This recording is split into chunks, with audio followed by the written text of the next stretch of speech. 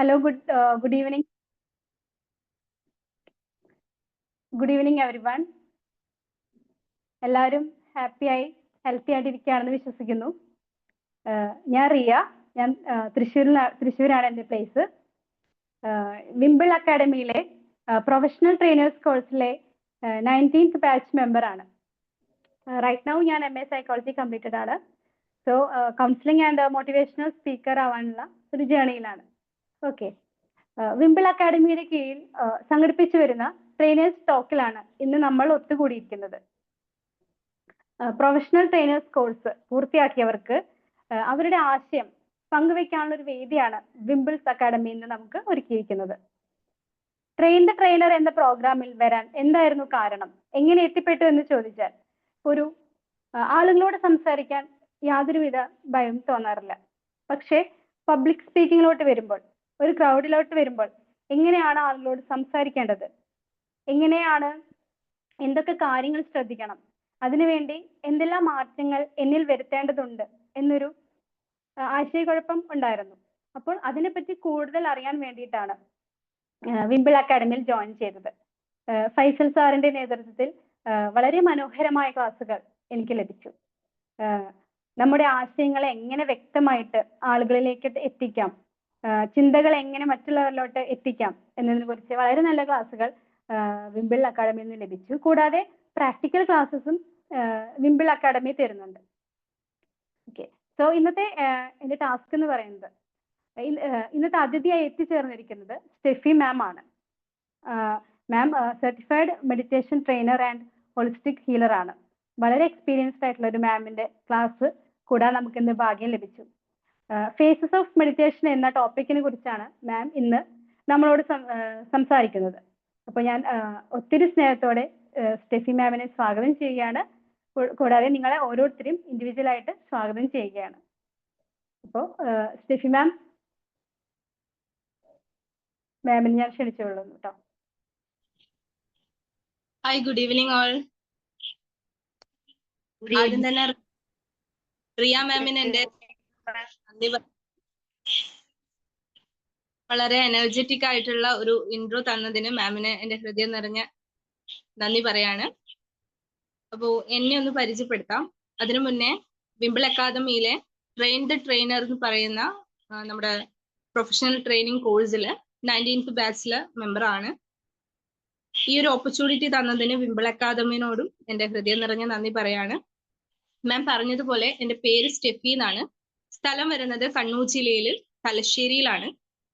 Currently ഒരു meditation trainer ആയിട്ട് work ചെയ്യുകയാണ്. ഒപ്പം EFT പ്രാക്ടീഷണർ ആണ്. നമ്മുടെ ഓൺലൈൻ ആയിട്ട് ഒരു വെൽനസ് കമ്മ്യൂണിറ്റി സ്റ്റാർട്ട് ചെയ്തിട്ടുണ്ട്. ഹോളിസ്റ്റിക് വെൽനസ് എന്ന് പറയുന്ന ഒരു കൺസെപ്റ്റിന്റെ അണ്ടറിൽ വർക്ക് ചെയ്യുന്ന ഒരു വെൽനസ് കമ്മ്യൂണിറ്റി ആണ്. ആൻഡ് നമ്മുടെ ഇന്നത്തെ ടോപ്പിക് എന്ന് പറയുന്നത് മെഡിറ്റേഷനുമായിട്ട് ബന്ധപ്പെട്ടതാണ്. മെഡിറ്റേഷൻ എന്താണ്, അതിന്റെ ഫേസസ് എന്താണ്, നമ്മുടെ ലൈഫിൽ നമ്മൾ സ്റ്റക്കായി ഇരിക്കുകയാണെന്നുണ്ടെങ്കിൽ അതിനുള്ള ആക്ച്വൽ ഒരു റെമഡി മെഡിറ്റേഷനിൽ അവൈലബിൾ ആണോ എന്നൊക്കെയാണ് നമ്മൾ ഇന്ന് കാണാനായിട്ട് പോകുന്നത്. ആൻഡ് ആ ഒരു ഭാഗത്തിലേക്ക് നമ്മൾ കടക്കുന്നതിന് മുന്നേ നിങ്ങൾ പെർമിഷൻ തരികയാണെങ്കിൽ ഈ ഒരു ജേർണിയിലേക്ക് എത്തിപ്പെടാൻ, അല്ലെങ്കിൽ മെഡിറ്റേഷൻ ട്രെയിനർ എന്ന് പറയുന്ന ഈ ഒരു പ്രൊഫഷൻ ചൂസ് ചെയ്യാൻ ഉണ്ടായിരുന്ന ചില സാഹചര്യങ്ങളെ പറ്റി നിങ്ങളോട് എക്സ്പ്ലെയിൻ ചെയ്യാനായിട്ട് ഞാൻ ആഗ്രഹിക്കുകയാണ്. Can I start? Yes, ma'am. Actually എനിക്കിപ്പോ 26 years ആയി. 20 yearsൽ എൻ്റെ മാരേജ് കഴിഞ്ഞു. ആൻഡ് വിത്തിൻ 1 yearൽ തന്നെ കൺസീവ് ആയിട്ടുണ്ടായിരുന്നു.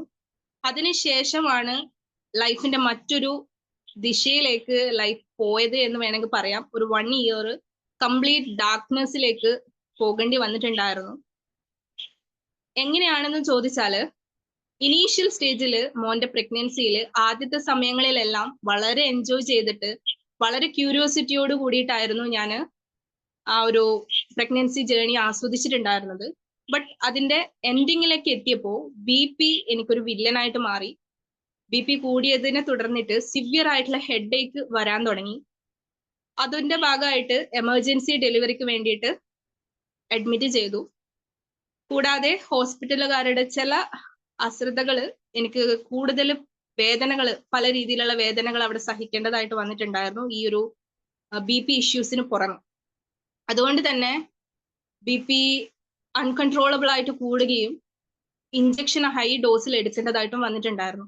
ഒരു 15 ഡേയ്സിൽ ഹോസ്പിറ്റലിൽ തന്നെ ഒബ്സർവേഷനിൽ കിടന്നു. അതിനുശേഷം വീട്ടിലേക്ക് എത്തുമ്പോൾ ഒരു ഡിഫറെന്റ് ക്യാരക്ടർ ആയിട്ട് വീട്ടിലേക്ക് എത്തി എന്ന് വേണമെങ്കിൽ പറയാം. അതുവരെ ഉണ്ടായിരുന്ന എല്ലാ ക്യാരക്ടറിസ്റ്റിക്സും മറന്നുപോയിട്ട് ഒരു എൻറ്റയർലി ഡിഫറെന്റ് ആയിട്ടുള്ള ഒരു ക്യാരക്ടർ. നമ്മളിപ്പോ വളരെയധികം ഡിസ്കസ് ചെയ്യുന്ന ഒരു ടോപ്പിക് ആണല്ലോ പോസ്റ്റ്പാർട്ടം ഡിപ്രഷൻ എന്ന് പറയുന്നത്. പക്ഷെ എന്റെ കാര്യത്തിൽ അത് അവിടെ നിന്നില്ല. പോസ്റ്റ്പാർട്ടം സൈക്കോസിസ് എന്ന് പറയുന്ന ഒരു കണ്ടീഷനിലേക്ക് എത്തിയുണ്ടായി. ഇവിടെ സൈക്കോളജി റിലേറ്റഡ് ആയിട്ട് വർക്ക് ചെയ്യുന്നവർ ഉണ്ടെന്നുണ്ടെങ്കിൽ അവർക്ക് ഫെമിലിയർ ആയിരിക്കും. അതിന്റെ കുറച്ച് ക്യാരക്ടറിസ്റ്റിക്സ് പറയാം, അപ്പൊ എന്തായിരുന്നു സിറ്റുവേഷൻ എന്നുള്ളത് മനസ്സിലാവും. ആക്ച്വലി നമ്മുടെ കുഞ്ഞിനോടും പാർട്ട്ണറോടും ഒരു വലിയ രീതിയിലുള്ള ഹേറ്റ്രഡ് എന്ന് പറയുന്ന ഒരു ഫീലിങ്സ് നമ്മുടെ ഉള്ളിൽ വരിക, നമ്മുടെ ലൈഫ് സ്പോയിൽ ചെയ്തു എന്നുള്ള ഒരു തോന്നൽ വരിക. ചുറ്റുപാടുമുള്ള എല്ലാവരും നമ്മളെ ഹാം ചെയ്യാനായിട്ട് ശ്രമിക്കുകയാണ്. നല്ലത് പറഞ്ഞാലും മോശം പറഞ്ഞു കഴിഞ്ഞാലും എല്ലാം മോശമായിട്ട് തോന്നുക എന്ന് പറയില്ലേ, അതുപോലത്തെ ഒരു സിറ്റുവേഷൻ. ആൻഡ് അഗ്രസീവ് ആയിരുന്നു. ദേഷ്യം വരുന്ന സമയത്ത് ഒന്നും ചിന്തിക്കാനുള്ളൊരു അവസ്ഥയിലായിരുന്നില്ല. കൂടാതെ രാത്രി ഉറക്കം ഉണ്ടായിരുന്നില്ല, ഇല്യൂഷൻസ് വരുമായിരുന്നു. അതുപോലെ ഫിസിക്കലി ഒരുപാട് റിലേറ്റഡ് ഹെൽത്ത് ഇഷ്യൂസ് വന്നു. വെയിറ്റ് ഒരു 118 കിലോളം ബോഡി വെയിറ്റ് കൂടി. കൊളസ്ട്രോൾ വന്നു. ഫാറ്റി ലിവർ 3rd ഗ്രേഡ് ആയിരുന്നു. അതുപോലെ തൈറോയിഡ് ഇഷ്യൂസ് ഉണ്ടായിരുന്നു, PCOD.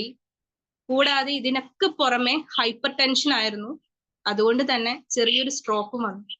അതോടുകൂടി ചുരുക്കത്തിൽ പറഞ്ഞ ഫിസിക്കൽ ഹെൽത്തും കയ്യിൽ നിന്ന് പോയി, അതുപോലെ തന്നെ മെന്റൽ ഹെൽത്തും പോയി.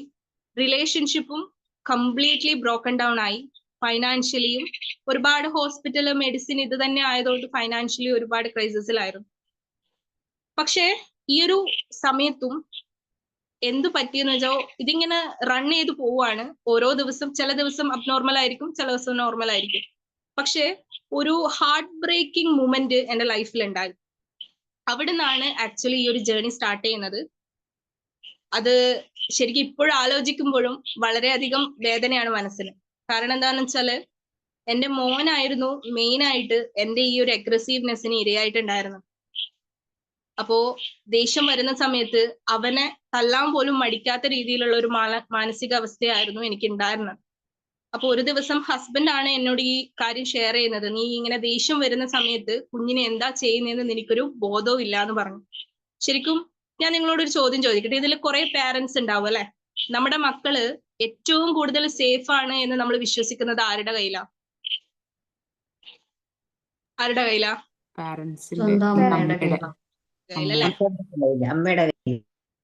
എനിക്ക് ഒരു സംശയമില്ലാതെ പറയാൻ പറ്റുമായിരുന്നു, എന്റെ കയ്യിൽ എന്റെ കുഞ്ഞ് ഒട്ടും സേഫ് അല്ലായിരുന്നു. ഒരമ്മ അത് തിരിച്ചറിയുന്ന ഒരു സമയം ഒന്ന് ആലോചിച്ച് നോക്കിയേ. ഞാനിങ്ങനെ വിചാരിക്കുമായിരുന്നു, ഈ ഭൂമി അങ്ങ് പിളർന്ന് താഴ്ന്നു പോയെങ്കിലോ, അങ്ങനെ ചിന്തിച്ചിട്ടുണ്ടായിരുന്നു ആ സമയത്ത്.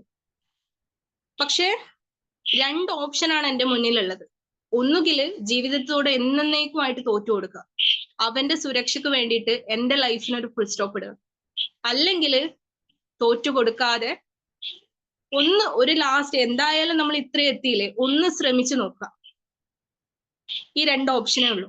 അപ്പോ എന്തുകൊണ്ട് അവന് ഒരു നല്ല അമ്മയായ, ഒരു ഹീൽഡ് ആയിട്ടുള്ള ഒരു അമ്മയായിട്ട് മാറിക്കൂടാ എന്നുള്ള ഒരൊറ്റ ചിന്തയുടെ പുറത്താണ് ഞാൻ എന്റെ ജേർണി സ്റ്റാർട്ട് ചെയ്യുന്നത്.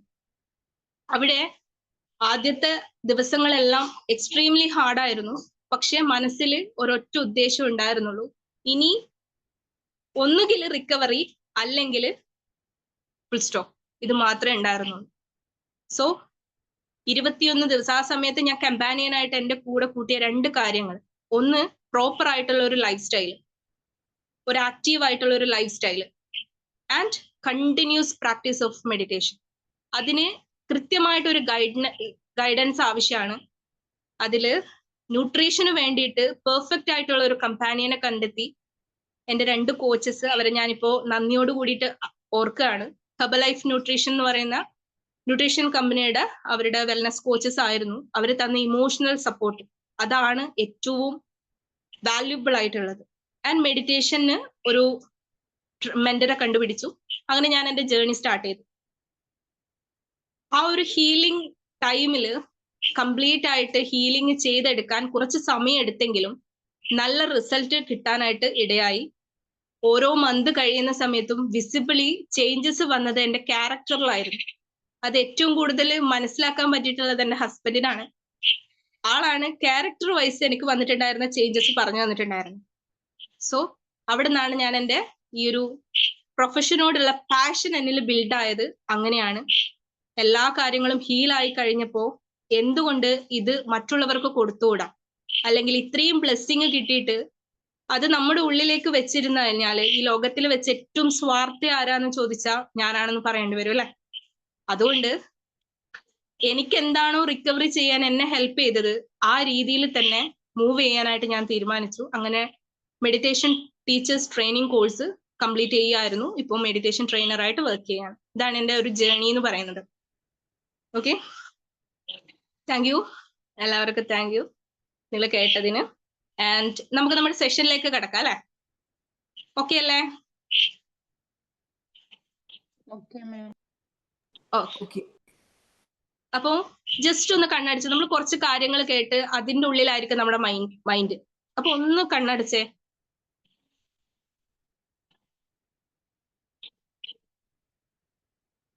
Okay, just take a deep breath. നിങ്ങളുടെ മൂക്കിലൂടെ ആശ്വാസം ഉള്ളിലേക്ക് എത്തുന്നതും തിരികെ നിശ്വാസം പുറത്തേക്ക് പോകുന്നതും മാത്രം ഒരു മിനിറ്റ് കോൺസെൻട്രേറ്റ് ചെയ്യുക. നിങ്ങളുടെ മൂക്കിലൂടെ ആ ഒരു തണുത്ത നേർത്ത ശ്വാസം ഉള്ളിലേക്ക് എടുക്കുക. Take a deep breath and slowly exhale. Take another deep breath. Slowly exhale. Once more.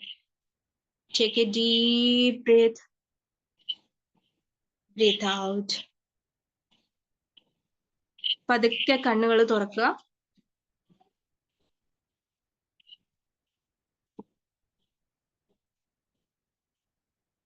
Okay, relax അല്ലേ?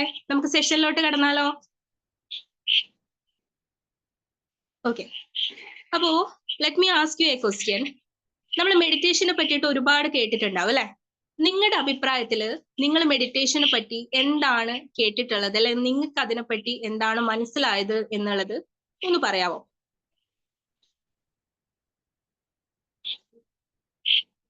മനസ്സിനെ ശാന്തമാക്കും. എക്സാക്ട്ലി, കോൺസെൻട്രേഷൻ കൂടും. Okay, fine. നമ്മുടെ ബ്രീത്തും ഇമോഷനും തമ്മിൽ കണക്റ്റഡ് ആണ്. അപ്പൊ ഈ മെഡിറ്റേഷൻ ചെയ്യുമ്പോൾ അതിനെ കൺട്രോൾ ചെയ്യാൻ പറ്റും. നിങ്ങൾ പറഞ്ഞ ആൻസേഴ്സ് ഒക്കെ കറക്റ്റ് ആണ്. നമുക്ക് കുറച്ചും കൂടി ഡീപ്പ് ആയിട്ട് നോക്കാം. മെഡിറ്റേഷൻ എന്ന് പറയുന്നത് it's a practice of training the mind to be still, present, aware about the thoughts going through. Simple ആയിട്ട് പറഞ്ഞാല് നമ്മുടെ മനസ്സിനെ കാം ആക്കാനും നിശ്ചലമാക്കാനും അതുപോലെ തന്നെ പ്രസന്റിലേക്ക് നമ്മുടെ പാസ്റ്റിൽ നടന്ന കാര്യങ്ങളെ ഒക്കെ മാറ്റി ഫ്യൂച്ചറിനെ പറ്റിയിട്ടുള്ള വറീസും മാറ്റി പ്രസന്റിലേക്ക് കൊണ്ടുവരാനും അതുപോലെ നമ്മുടെ മനസ്സിലൂടെ കടന്നു പോകുന്ന ചിന്തകളെ നിയന്ത്രിക്കാനുമായിട്ട് സഹായിക്കുന്ന ഒരു പ്രാക്ടീസ്. ആൻഡ് മെഡിറ്റേഷൻ എന്ന് പറയുന്ന ഈ ഒരു വാക്ക് ഡിറൈവ് ചെയ്ത് വന്നിട്ടുള്ളത് ലാറ്റിൻ വേർഡ് ആയിട്ടുള്ള മെഡിറ്റേഷൻ അല്ലെങ്കിൽ തിങ്ക് ഡീപ്ലി എന്നാണ് അതിന് അർത്ഥം വരുന്നത്. നമ്മുടെ ഉള്ളിലേക്ക് ഒന്ന് ഡീപ്പായിട്ട് ചിന്തിക്കുക എന്നുള്ളതാണ് അതുകൊണ്ട് അർത്ഥാക്കുന്നത്.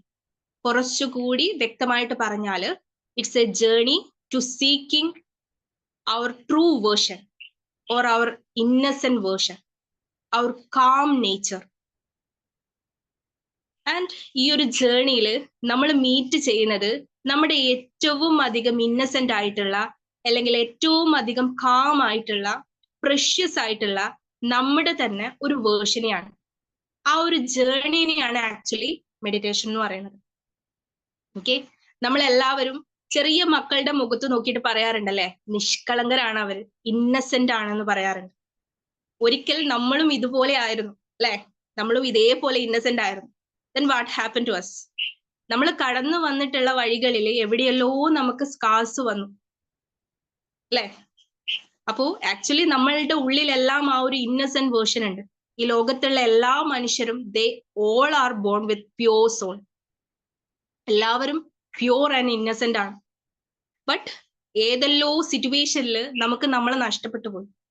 ആ നഷ്ടപ്പെട്ട നമ്മളെ റീഗെയിൻ ചെയ്തെടുക്കുക എന്നുള്ളതാണ് ഈ ഒരു ജേണിയുടെ മെയിൻ പർപ്പസ്.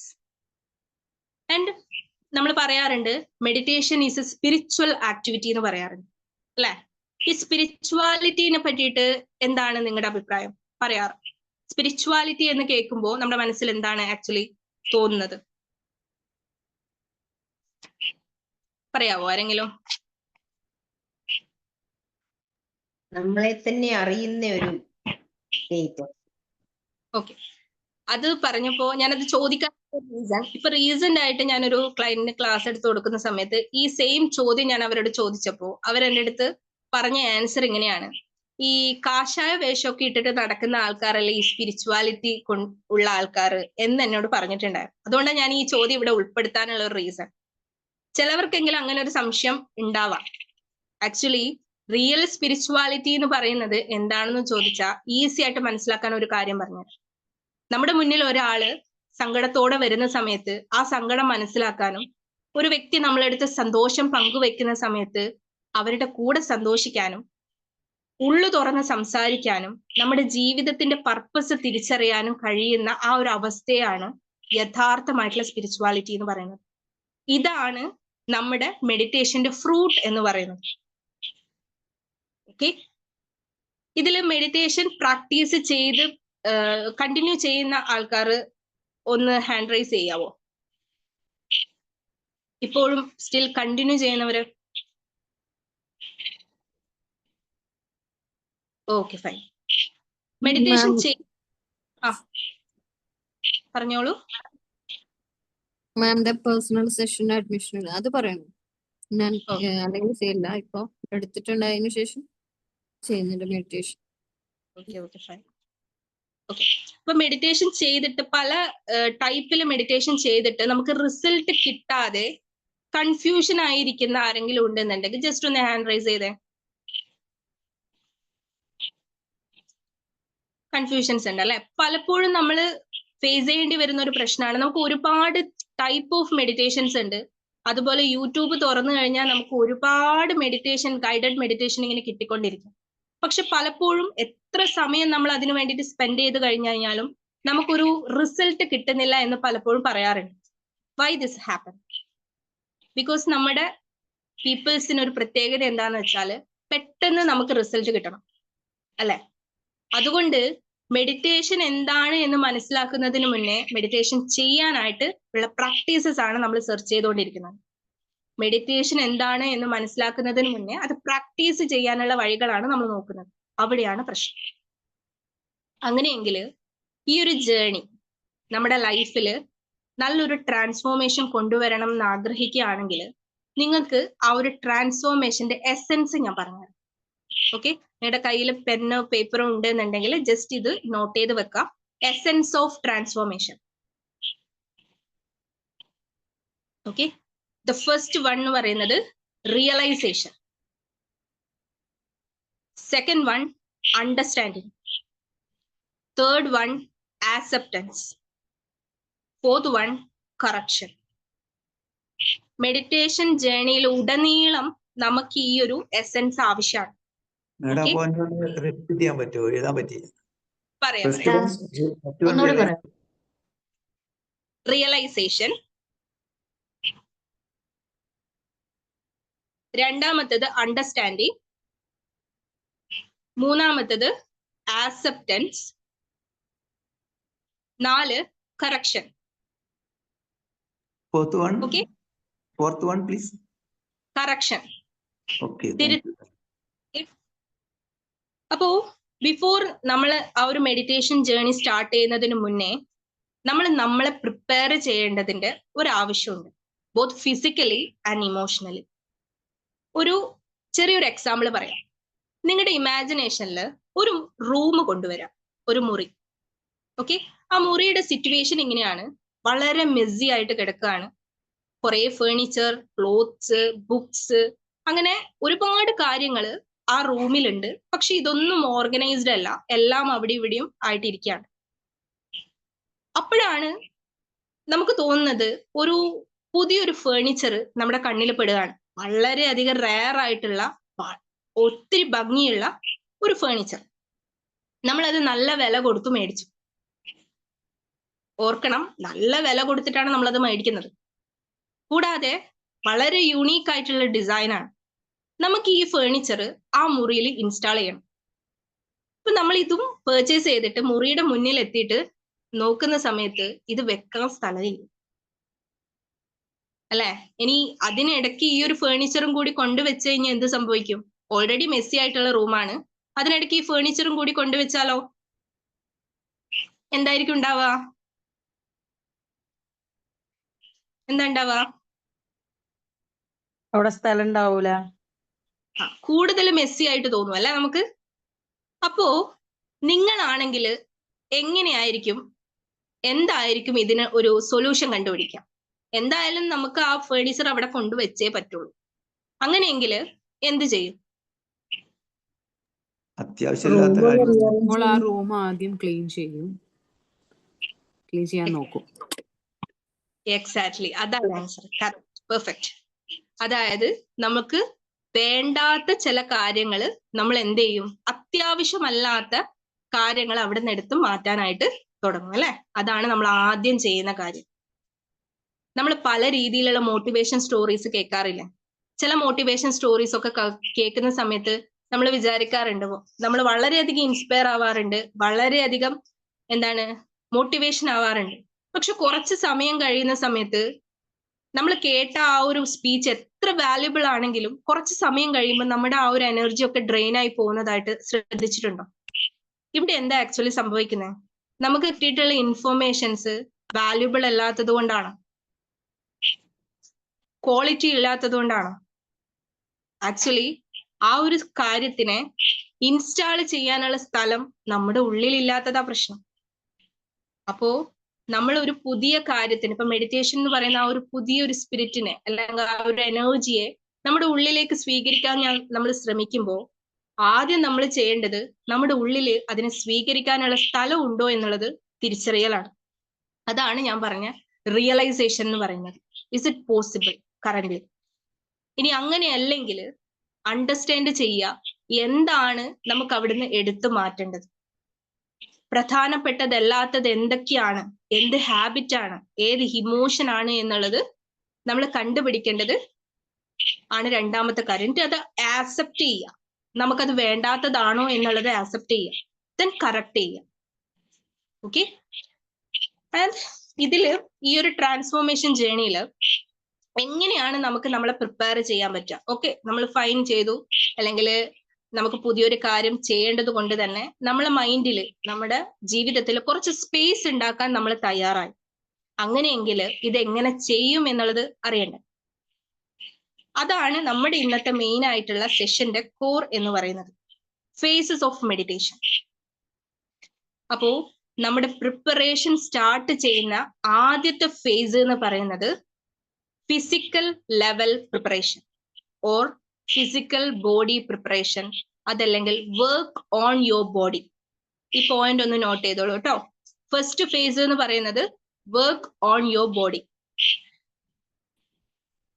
ഇവിടെ നമ്മൾ എന്താണ് ചെയ്യാൻ പോകുന്നതെന്ന് ചോദിച്ചാല് നമ്മുടെ ശരീരത്തിനെ പറ്റി ഒന്ന് പഠിക്കാനും അതുപോലെ നമ്മുടെ ശരീരത്തോട് കമ്മ്യൂണിക്കേറ്റ് ചെയ്യാനായിട്ട് നമ്മൾ ശ്രമിക്കുകയാണ്. കമ്മ്യൂണിക്കേറ്റ് ചെയ്യാന്ന് പറഞ്ഞാൽ നമ്മുടെ ശരീരം നമ്മളോട് സംസാരിക്കുന്നതിന്റെ ഭാഷ എന്താണെന്ന് അറിയാവോ? എങ്ങനെയാ നമ്മുടെ ശരീരം നമ്മളോട് സംസാരിക്കുക?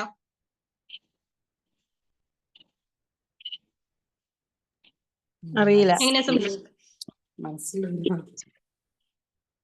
ഒരു എക്സാമ്പിൾ അസ്വസ്ഥതയോ വേദനയോ ഒക്കെ തോന്നുന്നത് നമ്മളോട് സംസാരിക്കില്ലേ? അതും ശരിയാണ്. അതായത് ഒരു എക്സാമ്പിൾ പറഞ്ഞുതരാം. നമ്മളിങ്ങനെ ചില ക്ഷീണമൊക്കെ ആയിട്ട് നമ്മൾ ഡോക്ടറെ അടുക്ക പോയപ്പോ ബ്ലഡ് ടെസ്റ്റ് ചെയ്തിട്ട് ഷുഗർ ഇങ്ങനെ ബോർഡറിലാണെന്ന് പറയും ഡോക്ടർ. ഷുഗർ ബോർഡറിലുണ്ട്, ശ്രദ്ധിക്കണേ എന്ന് പറയും. അപ്പോ അതിലൂടെ നമ്മുടെ ശരീരം പറഞ്ഞു തരുന്ന കാര്യം എന്താണ്? മക്കളെ, പാൻക്രിയാസിന് ചെറുതായിട്ട് പണി തുടങ്ങിയിട്ടുണ്ട്, ഒന്ന് ശ്രദ്ധിച്ചേക്കണേ എന്ന് പറയും. അതുപോലെ നമുക്ക് വല്ലാത്തൊരു ക്ഷീണവും ടയേർഡ്നെസ് ഒക്കെ തോന്നുകയാണ്. നമ്മുടെ ശരീരം നമ്മളോട് പറയണല്ലേ കുറച്ച് ഹൈഡ്രേഷൻ മെയിൻറ്റെയിൻ ചെയ്യണം, കുറച്ച് വെള്ളമൊക്കെ കുടിക്കാം, കുറച്ച് മഗ്നീഷ്യം റിച്ച് ആയിട്ടുള്ള ഭക്ഷണങ്ങളൊക്കെ കഴിക്കാം. ഇത് നമ്മുടെ ബോഡി നമ്മളോട് പറഞ്ഞു തരാണ് അല്ലേ. അതുപോലെ നമുക്ക് കണ്ണിന് ചെറിയ വിഷൻ ഇഷ്യൂസ് ഒക്കെ വരികയാണ്, വൈറ്റമിൻ എന്റെ ഒക്കെ ഡെഫിഷ്യൻസി ഉണ്ട്, ഒന്ന് ശ്രദ്ധിച്ചോളണേ എന്ന് നമുക്ക് ബോഡി തരുന്ന ആ ഒരു കമ്മ്യൂണിക്കേഷൻ ആണ് ആക്ച്വലി നമ്മുടെ ബോഡിയിൽ ഫീൽ ചെയ്യുന്ന ഓരോ അസ്വസ്ഥതകളും. പക്ഷെ നമുക്കത് മനസ്സിലാവുന്നില്ല. ചെറിയ സിംറ്റംസ് ആദ്യം തരും, നമ്മളത് ഇഗ്നോർ ചെയ്ത് വിടും. ഇച്ചിരി കൂടി വലുതാക്കി തരും, എന്നിട്ടും നമ്മൾ ഇഗ്നോർ ചെയ്ത് വിടും. അടുത്ത തവണ തരുമ്പോൾ ഇച്ചിരി കൂടി തീവ്രത കൂട്ടിത്തരും. അപ്പോഴും ചിലപ്പോൾ നമ്മൾ മനസ്സിലാക്കും, ചിലപ്പോൾ മനസ്സിലാക്കും. ഇതാണ് നമ്മുടെ ബോഡിയുടെ ഒരു വേ ഓഫ് കമ്മ്യൂണിക്കേഷൻ എന്ന് പറയുന്നത്. അപ്പോ let me ask you A question. നമ്മൾ ഹെൽത്ത് എന്ന് പറയുന്ന ഒരു ഔട്ട്പുട്ട് നമ്മുടെ ലൈഫിൽ നിന്ന് എക്സ്പെക്ട് ചെയ്യുന്നവരാണല്ലേ എല്ലാവരും. ആരോഗ്യം ആഗ്രഹിക്കാത്ത ആരെങ്കിലും ഉണ്ടോ? ഇല്ല. എല്ലാവരും ആരോഗ്യത്തോടെ ഇരിക്കുക, മെഡിസിൻ ഫ്രീ ആയിട്ടുള്ള ഒരു ലൈഫ് റൺ ചെയ്യാൻ ആഗ്രഹിക്കുന്നവരാണല്ലേ. അപ്പോ എന്റെ ചോദ്യം ഇതാണ്, നല്ലൊരു ഔട്ട്പുട്ട് നിങ്ങൾ എക്സ്പെക്ട് ചെയ്യുന്നെങ്കിൽ അതിന് കറസ്പോണ്ടിങ് ആയിട്ടുള്ള ഇൻപുട്ട് ആണോ ഡെയിലി ബേസിസിൽ നമ്മൾ കൊടുത്തോണ്ടിരിക്കുന്നത്? ആണോ? ഒരു എക്സാമ്പിൾ പറയാം. നമ്മുടെ ഡെയിലി ലൈഫിൽ നമ്മൾ ചായ കുടിക്കുന്നവരല്ലേ അല്ലെ? മെജോറിറ്റി ആൾക്കാരും ചായ കുടിക്കാറില്ലേ? ചായ കുടിക്കാറില്ല. പോട്ടെ, ഞാൻ വേറൊരു എക്സാമ്പിൾ പറയാം. സാമ്പാർ കൂട്ടാറുണ്ടോ? സാമ്പാർ ഉണ്ടാക്കാറില്ലേ വീട്ടില്? ഇപ്പൊ നമ്മള് കഷ്ണങ്ങളൊക്കെ അരിഞ്ഞിട്ടു, എല്ലാ കാര്യങ്ങളും പ്രിപ്പയർ ചെയ്തു. പക്ഷെ സാമ്പാർ മസാലക്ക് പകരം ചിക്കൻ മസാല ഇട്ടു. ഇപ്പൊ നമുക്ക് സാമ്പാർ കിട്ടുമോ? ഇല്ല അല്ലെ? ഇല്ല. ഇപ്പൊ ചായയുടെ കേസ് പറയുകയാണെങ്കിൽ ചായ ഉണ്ടാക്കുന്ന സമയത്ത് പഞ്ചസാരക്കും ഉപ്പിനും ഏകദേശം ഒരേ നിറാണല്ലേ. ഏകദേശം എന്നല്ല, എക്സാക്ട്ലി സെയിം കളറാണ്. അതുകൊണ്ട് പഞ്ചസാരക്ക് പകരം നമ്മൾ ഉപ്പെടുത്തിടുവോ? ഇല്ല. ഉപ്പിട്ടാൽ നമുക്ക് നമ്മൾ ഉദ്ദേശിക്കുന്ന ഔട്ട്പുട്ട് നമുക്ക് കിട്ടില്ല. അങ്ങനെയെങ്കിൽ എന്താണോ നമ്മൾ ഔട്ട്പുട്ട് എക്സ്പെക്ട് ചെയ്യുന്നത് അതിന് കറസ്പോണ്ടിങ് ആയിട്ടുള്ള ഇൻപുട്ട് നമ്മൾ കൊടുക്കണ്ടേ? ഇപ്പൊ ഹെൽത്ത് ആണ് നമ്മൾ ആഗ്രഹിക്കുന്നതെങ്കിൽ ഹെൽത്തിന് ഉതകുന്ന രീതിയിലുള്ള ഇൻപുട്ട് നമുക്ക് കൊടുക്കാൻ പറ്റണം. അപ്പൊ എന്താണ് പ്രോപ്പർ ആയിട്ട് നമ്മൾ കൊടുക്കേണ്ട ഇൻപുട്ട്? ഷോർട്ടായിട്ട് പറയാം, കുറെ കാര്യങ്ങളുണ്ട്, എന്നാലും കുറച്ച് ഷോർട്ടായിട്ട് ഞാൻ പറഞ്ഞു തരാം. മെയിൻ ആയിട്ട് നമുക്കറിയാം ഫുഡാണ് അല്ലെ. എന്താണ് നമ്മുടെ ശരീരത്തിന് ആപ്റ്റ് ആയിട്ടുള്ള ഫുഡ്? ചെറിയ ക്ലാസ്സിൽ നമ്മൾ പഠിച്ചിട്ടുണ്ട്, നമ്മുടെ ബോഡി സെല്ലുലാർ സിസ്റ്റം ആണ്, കോശങ്ങൾ കൊണ്ട് നിർമ്മിതമാണ് എന്ന് പഠിച്ചിട്ടുണ്ട് അല്ലെ. അങ്ങനെയെങ്കിൽ കോശത്തിന് നീഡഡ് ആയിട്ടുള്ള ഫുഡ് എന്താണ്? കുഴിമന്തി ആണോ? ബിരിയാണി ആണോ? അല്ലേ? Balanced diet. കുറച്ചും കൂടി ഡീറ്റെയിൽ ആയിട്ട് പറഞ്ഞാൽ സെല്ലുലാർ ന്യൂട്രീഷൻ എന്ന് പറയും. കേട്ടിട്ടുണ്ടോ ആ ഒരു ടേം? Cellular nutrition. സെൽസിന് ആവശ്യം എന്താണ്? സെല്ലുലാർ ന്യൂട്രീഷൻ ആണ്. അത് പ്രോപ്പർ ആയിട്ട് കൊടുക്കാൻ പറ്റാത്തപ്പോഴാണ് നമ്മൾ മെഡിസിൻ വഴിയും മറ്റും ആ കാര്യങ്ങൾ ഉള്ളിലേക്ക് കൊടുക്കേണ്ടി വരുന്നത്. ഓക്കെ. സെക്കൻഡ് വൺ എന്ന് പറയുന്നത് വാട്ടർ ആണ്. നമ്മുടെ ബോഡി ഹൈഡ്രേറ്റഡ് ആയിട്ട് കീപ്പ് ചെയ്യുക എന്നുള്ളതാണ് രണ്ടാമത്തെ കാര്യം. ഓക്കെ. ഇൻപുട്സ് ആണ് പറയുന്നത്. ആദ്യം ഫുഡാണ്, അതിൽ സെല്ലുലാർ ന്യൂട്രീഷൻ ആണ് നമ്മൾ കൊടുക്കേണ്ടത്. Second one water. Keep your body always hydrated. Okay. Third one എന്ന് പറയുന്നത് ഓക്സിജൻ ആണ്.